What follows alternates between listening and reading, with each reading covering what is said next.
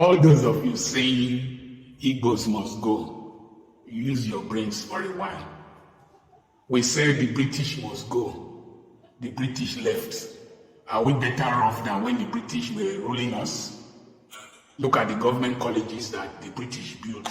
Their buildings are still very solid. Look at the ones your people are building. They don't last. Are we better off? Zimbabwean white people must go. Zimbabwean farmers left.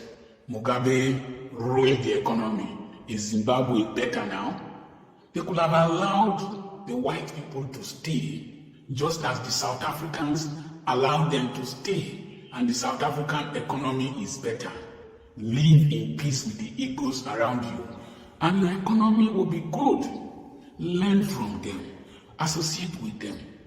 They didn't force you to buy land. They didn't force you to. Some of the buildings they built there, it was your people that acted as the builders, the contractors. Nobody prevents you from buying land anywhere in this country. And so don't be antagonistic of people who make progress. Any people that attack visitors and strangers, they always remain backward. The simple question I want to ask, are the Igbos in Shaki? Are the Igbos in Iseyin?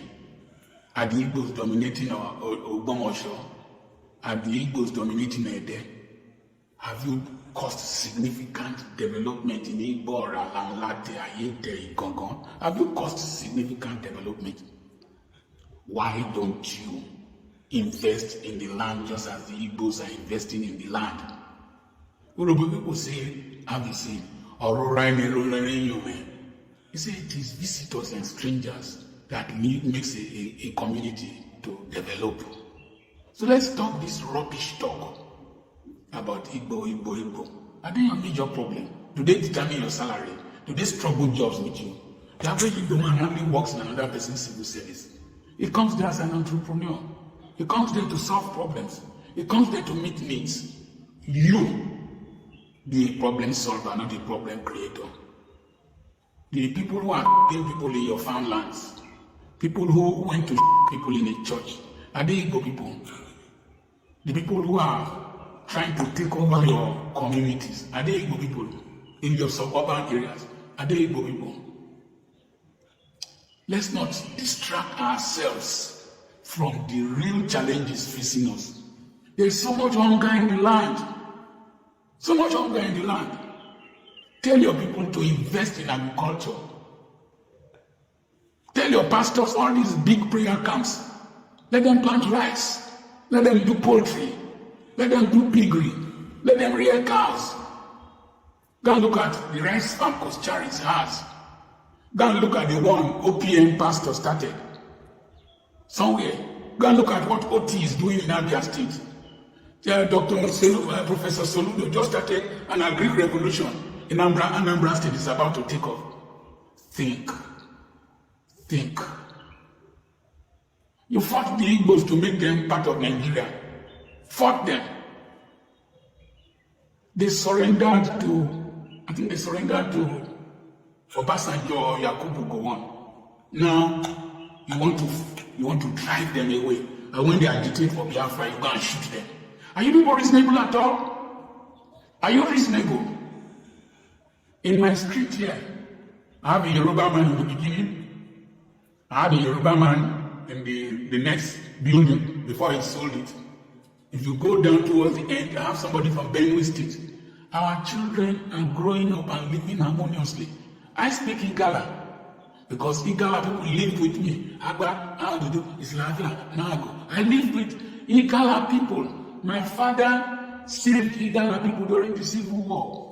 War is not good. War is not good. You don't understand what you're playing with. Please, stop this rubbish talk. Let's live together. Though tribe and tongue may differ, in brotherhood we stand.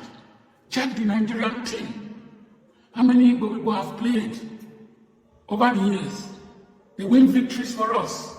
Ife Juna in Olympics. The Yorubas have excelled in their own. Our northern brethren have excelled in their own. We Midwesterners, we have done well in our own way, contributing to the economy and the development of this nation.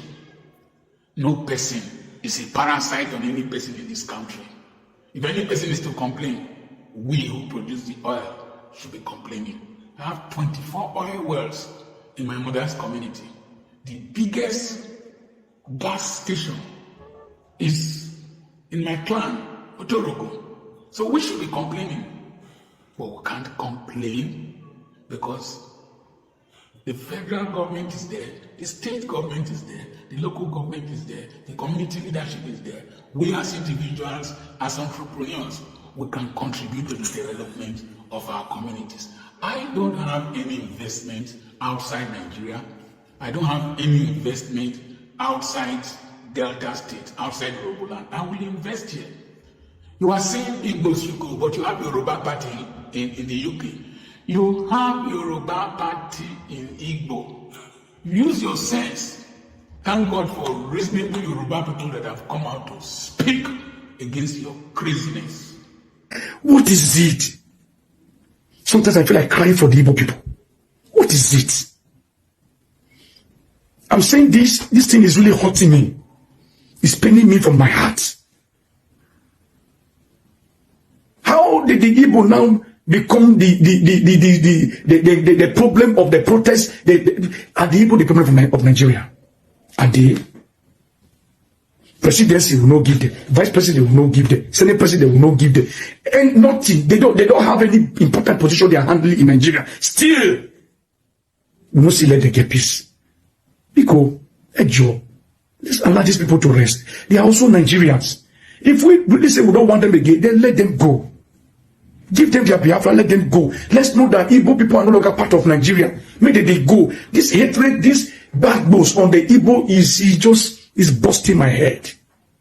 I know a lot of people are going to come after me, abuse me. Nigeria, you say the truth, you are a problem. Please, I beg you. Then this go to the Igbo. The Igbos. A city divided against himself cannot stand. It is our time for you people to come together and start speaking one voice. All the billionaires in Igbo land, all the celebrities in Igbo land. It is time for you people to come together and start speaking one voice. You people are too divided. The Igbos are too divided. Come together. You can see, well, I'm not an Igbo man. There's no time I'm coming to Igbo land to collect a chief justice title. But I'm only concerned as a servant of God, as a prophet of God. I am only concerned. Please, let's have mercy on the Igbo people and stop all this hate on them. I don't think it's a good one. May God bless you. Please, I am only speaking as a man of God. I don't have any interior motive. I detest the dog whistling of an entire ethnic group in Nigeria. And let's call a spade what it is. It's becoming one too many that we want to consistently and continuously scapegoat the Igbo ethnic tribe in Nigeria, and it's unacceptable. It is unacceptable because there is a history of violence targeted at that group since 1953 in our country. Listen, Caesar, a meeting was held in Lagos, not necessarily a meeting, in Parliament. Anthony and Nahoro moved a motion for the independence of Nigeria. The North opposed that motion, and at the train station, when they were going back to their constituency, they met a crowd that was essentially mocking them. They got back to the North. Chief Akintola led a tour across the North, to campaign essentially for the independence, to rally the North in support of Nigerian independence. Guess what happened after that? Riots broke out in northern parts of Nigeria, particularly in Kano, where over 240 Igbos were massacred. Were they the ones that demanded for Nigeria to have an independence at that time? In 1966, particularly in May, months before the Civil War happened, thousands of them were massacred across northern cities, and they had to flee to the east for safety because thousands of them were indiscriminately killed for what they knew nothing about. right? So let's not even talk about the Civil War and the hundreds of thousands that were massacred, and the fact that after 1970, this entire ethnic group had to start from the scratch again to begin to build their lives. And she's a look at what they have done since 1970. A group that left or started from nothing, went to Bauchi, went to Kano, went to Meduguri, went to Akure, went to Ogun State, and look what they have built in 40 years of hard work, grit, and no support from the federal government. Look what they have done from themselves. But what we consistently and continuously do is to signal hatred and violence against the group, and this thing has to stop. We can't continue a country. Listen, if you don't want a group of people to be a part, let them go then. I don't understand this. Every turn there has to be an excuse to single out an ethnic group. I take you a typical example. Just like the past elections, I heard people telling, how can the Obi, for instance, have scored 98% in certain states to the north? How can he have scored 90%? Muhammadu Buhari, under a PDP-led federal government, scored over 90% votes in 4 northern states. Go and check the results in Katsina. Go and check the results in Bauchi. Go and check the results in Jigawa. He scored over 90% in those states under the leadership of the PDP as the federal government. So it was okay for Buhari to score over 90% in his own core constituency, but something utterly went wrong when Obi did it in the southeast. This ethnic group have always been part of a nationalist political party and never really have ever built a regional movement. All the times they have supported a political party have been national political parties, right from the NCNC. Yeah, true. They have a stakeholder in the PDP. They don't have a regional party in the sense that we had ACN in the southwest, in the sense that they had AMPP in the north. They did not have the behemoth of a regional political party. So where is all this hate coming from? Where is all this hate coming from? They tell you now, for instance, that they have a rabid mob who are harassing people on the internet because their candidate lost. We have very short memories. In 2011, a candidate lost in this country and over 800 people were massacred in violence in the north. I so know this because I personally saved 11 core members and were hidden in my father's hotel in Kano. So what are we saying? 800 people were massacred because of the ambition of somebody in this country. And suddenly we are losing our minds because we are saying people are insulting you online, and they're a rabid mob. Let us stop this. Let us stop this ethnic dog whistling. Let us stop this ethnic baiting. And this thing should not continue. We are one people, one country. When Igbo supported and voted overwhelmingly for Obasanjo, they were not bigots. When Igbo supported and voted overwhelmingly for Yaradua, they also were not bigots. When Igbos voted, supported Goodluck Ebele Jonathan, they were not bigots. When Igbos voted, supported overwhelmingly Atiku Abubakar, they were not bigots. It was when Igbos now supported and voted for Peter Obi that all of a sudden they become bigots. There is a very foul thing that Tinubu has done to Nigeria, which is worse than the bad governance that we all are experiencing, and that is the bigotry that he has unleashed. It is unbelievable that all of a sudden there is this attack on the Igbo people. And I tell you right now, it started going towards the 2023 election, and as we are, they are already in 2027 election. Abike Dabiri recently, was very passionately, as she said, doing her job, went after a lady who had called for massacre of citizens, both the Yorubas and the Edos. I'm from Edo State anyways. And she said she's doing her job. It's a good thing to do your job. But one of the things that we must understand is that selective justice or selective prosecution is injustice in itself. There's an article that someone wrote, David, and he talked about the fact that how all of a sudden the House of Representatives, whether it's a house sitting, wherever, from there, there's a letter to this lady to have this lady prosecuted and all of that. They say they're all doing their jobs right.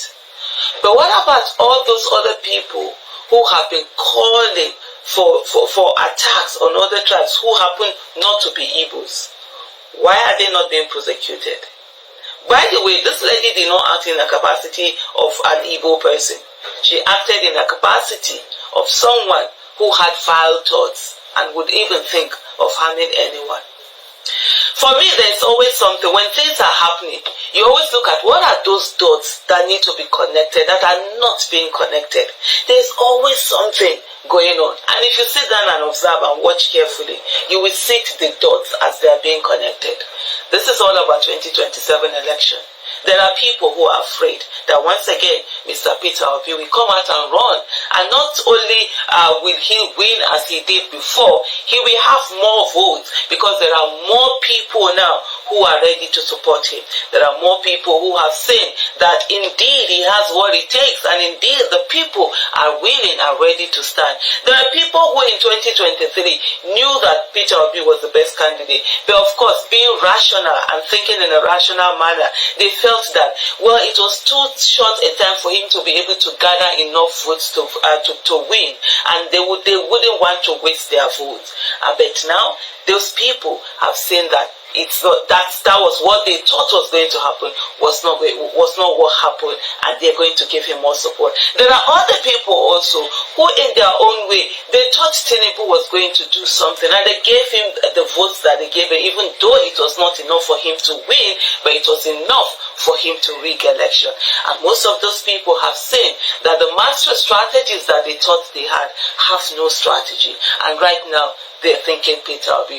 Then, of course, you look at the angle from the north, where there's incompetence, this bad governance, this insecurity has done more. Even things are worse than what it was during Buhari. And most of these people, they no longer want Tinubu. They no longer want anything called the Muslim ticket. Some of them are even saying that a Christian ticket would be better than the Muslim ticket. There's a whole lot that is going on. There's a silent revolution that is going on in Nigeria. And let me just quickly digress and add one thing to say to us all. What the NSAS did to the southern youth is the same thing that the End Bad Governance protest has also done to the northern youth. An awakening of understanding the relationship between governance and people's lives. And this time, the northern youth are also ready to stand. They're no longer allowing themselves to be divided, allowing themselves to be controlled by their elders and also by the religious rulers. For the first time, you will see Malams are speaking and the youth are challenging them and telling them to shut up. Yes, that is what is happening. And to the political class that have also always controlled the northern voting bloc, it's something that they are afraid of. And what have they turned to?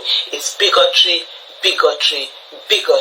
There is this concerted hatred towards the Igbo people, all of a sudden, because one of them dared not only to run for election, but to win that election. Hello, welcome back. So now don't hear everything many persons talk for inside this video. So all this thing that is going on in this country, Nigerians, they need to apologize to the Igbos for the betterment of this country, because what we are facing in this country, I think many tribes have cheated Igbos many times. Now understand, so Nigerians outside Yoruba, you make not just apologize to Igbo, because Igbos, they don't try a lot. It's not that, okay, me, where they talk, I be Igbo, but it's not that me, I they try support Igbo, but waiting they don't feel true for inside this country, it don't too much. Now, no understand. Make una just allow Igbo to rule once. Make we see how this country will just dey. Maybe no say, okay, 3 majority language we say we have for inside this country, they don't rule, so they don't do any better thing here. Make we try Igbo and see what will happen. Now no say, okay, we don't give Yoruba space now, we don't give Hausa space now, and we don't give even Fulani. So we say, okay, they be minority for this country, we don't give them space now. There is nothing better they don't do for this country. It's not that, okay, me, I'm trying to support them. Now understand, I know they support anybody, but we did against people where we say, okay, they know they do well for inside this country. Now, so we just know, even some Hausa, where we dey talk some Hausa youth now they complain about their own leaders, where we say they know they do well. Even some Yorubas they complain about their leaders, where we say they know they do well. Now why we need to like unite together, make this country better, because now all of us now we dey suffer. This sufferness where we say they pass through now for inside this country. You know, so anywhere you go now complain they. Even some Yoruba they complain about Tinubu. Even some Hausa they complain about Tinubu. Even Fulani they complain about Tinubu. It's not that okay we are against Tinubu. If Tinubu is doing well, nobody will come out to complain about him. So all this thing we say they go on. Make una just stop all this to make this country better. We need a betterment of this country. Maybe all this thing where we say they go on for inside this country. You where we say they hear me now, I beg. If you get anything where we say you want to talk concerning this matter, I beg. Make you put them for inside comment section. And also if now today be your first time here, I beg make you like our video, make you share them and subscribe. Thank you.